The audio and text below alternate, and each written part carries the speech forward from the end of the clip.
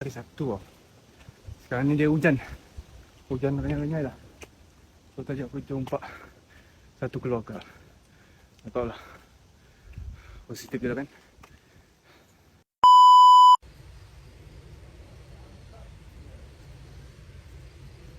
Sampai sini.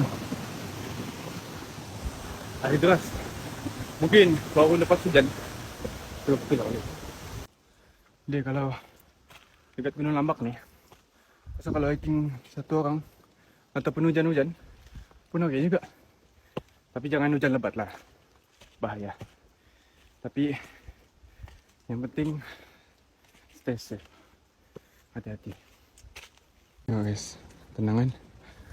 So, dengar bunyi apa ni? Bunyi hujan, bunyi daun, bunyi cengkerik, macam-macam lah bunyi.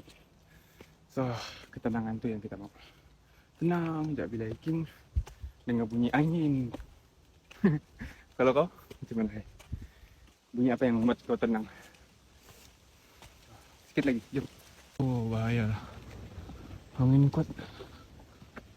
Na'udzubillah. Sekarang ni hari Sabtu lah. Sekarang ni dia hujan. Hujan renyai-renyai lah. So tadi aku jumpa satu keluarga. Tak tahu lah. Positif je lah kan. So Alhamdulillah sampai. Ini hujan lebat. So lepas tu kejap hujan berhenti.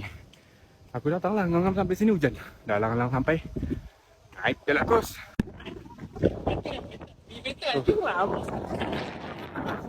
Ni hujan ni. Angin kuat. View nak nampak.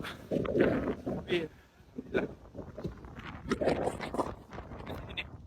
sini ni. Kalau pagi, awal pagi memang lawan kapit.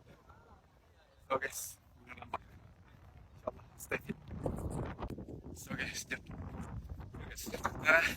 Dua ni jogging dengan hiking. Aku rasa hiking ni lagi hardcore lah. Sebab apa? 3 benda dia tembak dekat kau punya badan ni. Pertama mental. Yang kedua kau punya endurance jantung lah. Yang ketiga strength kaki kau. So hiking lah antara yang salah satu dia yang paling hardcore lah kalau kau mau training. Tapi yang paling hardcore lagi kalau kau bawa beban. Untuk sekarang ni aku bawa base 20 kilo. So kalau kau konsisten, InsyaAllah kau boleh dapat strength. InsyaAllah. Stay fit guys.